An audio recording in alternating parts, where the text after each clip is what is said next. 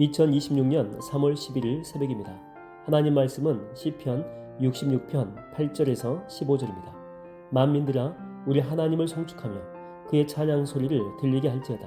그는 우리 영혼을 살려두시고 우리의 실족함을 허락하지 아니하시는 주시로다. 하나님이여 주께서 우리를 시험하시되 우리를 단련하시기를 은을 단련함같이 하셨으며 우리를 끌어 그물에 걸리게 하시며 어려운 짐을 우리 허리에 메어 두셨으며 사람들이 우리 머리를 타고 가게 하셨나이다.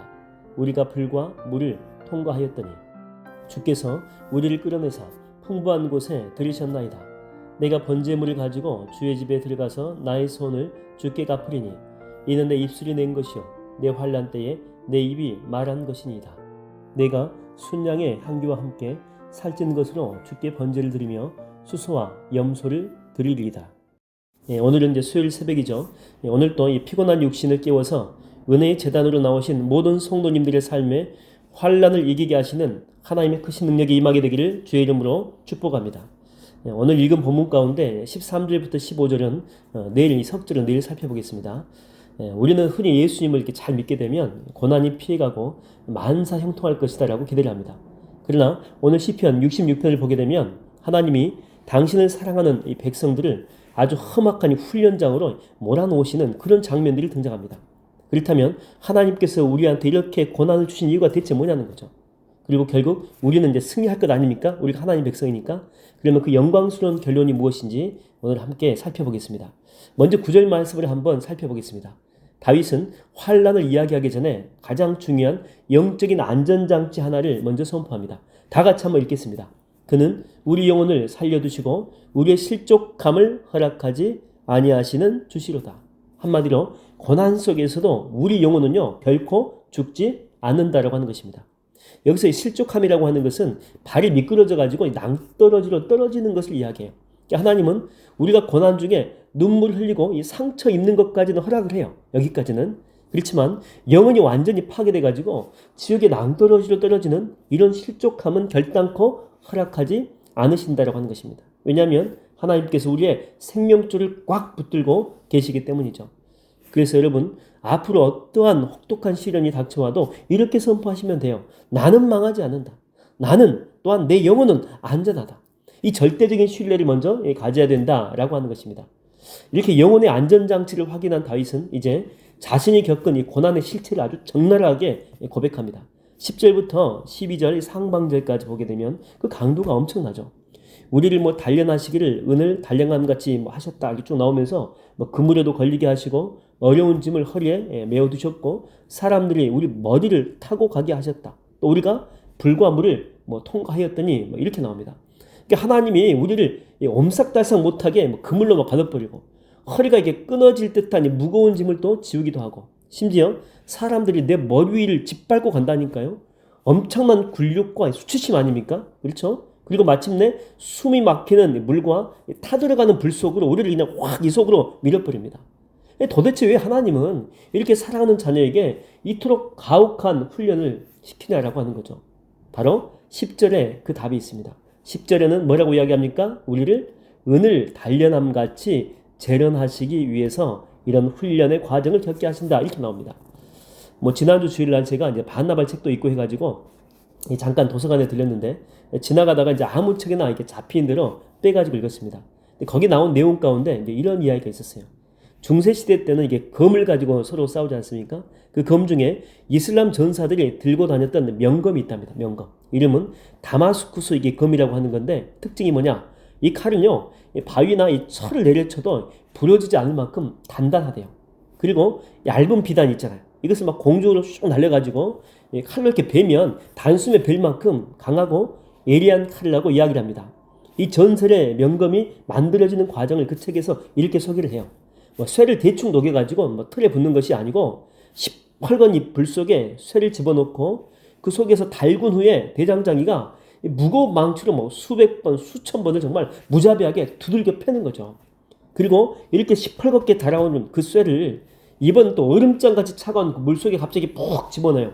이거를 담금질 한다라고 합니다. 담금질. 그러니까 물과 이 불이라고 하는 극단적인 온도를 번갈아 통과하면서 이 쇠의 분자 구조가 이게 촘촘해지는 거죠. 그러니까 밀도가 이런 과정을 통해서 높아진다고 하는 것입니다. 불만 통과한 쇠는요, 너무 물러가지고 무기로 쓸 수가 없대요. 또 물만 통과한 이 쇠는 너무 딱딱해가지고 쉽게 부러져 버린다고 합니다.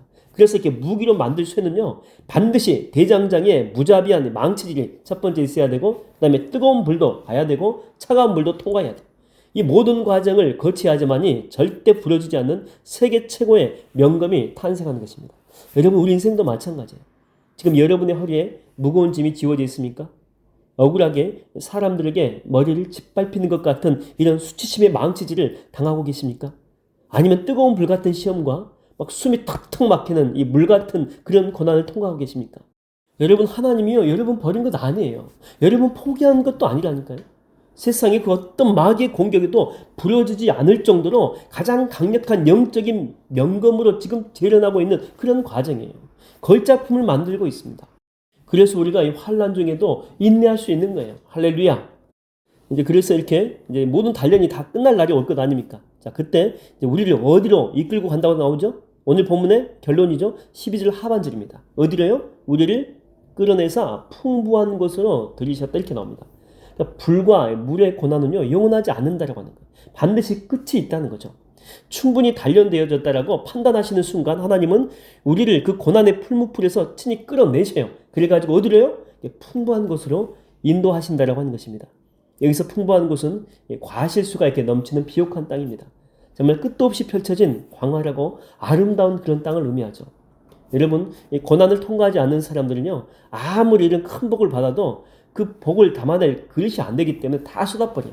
하지만 눈물로 이 불과 물을 통과하고 정금처럼 단련된 사람은요, 하나님이 부어주시는 그 엄청난 은혜와 이 사명을 넉넉히 감당할 수 있는 단단한 그릇이 된다고 하는 것입니다. 사랑하는 여러분, 수요일 아침 혹시 지금 뜨거운 불과 차가운 이 물 한가운데를 지나고 계십니까? 그렇다면 아무리 고통스러워도 첫 번째는 하나님께서 내 영혼을 살려두시고 실족하지 않게 꽉 붙들고 계심을 먼저 믿으십시오. 그리고 지금은 고통스러워도 이런 연단의 과정이 다 끝나게 되면 반드시 하나님은 내 손을 이끌고 풍부한 곳으로 여러분들을 이끌 것입니다. 그러므로 오늘 힘들어도 버텨내십시오. 믿음으로 이 길을 걸어가세요. 하나님은 여러분들에게 최고의 선물을 안겨주실 줄로 믿습니다. 오늘 하루도 나를 단련하시는 이 주님의 손길을 신뢰하며 기쁨으로 물과 불을 통과해내는 믿음의 승리자가 다 되기를 주의 이름으로 축원드립니다.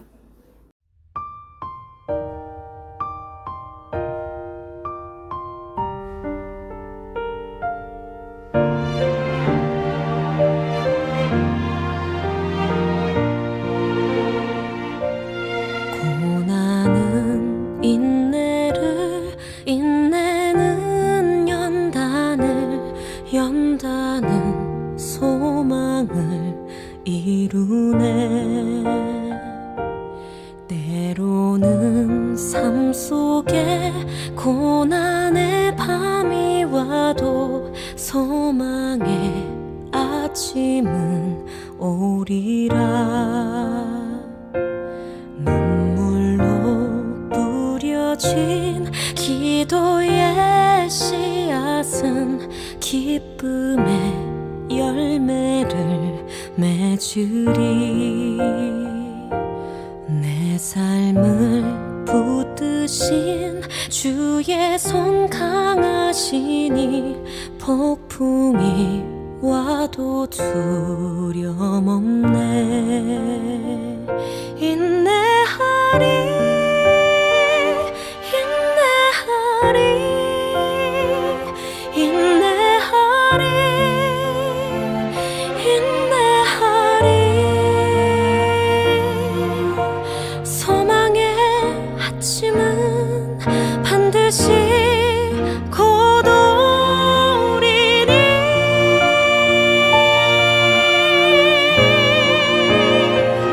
인내하리,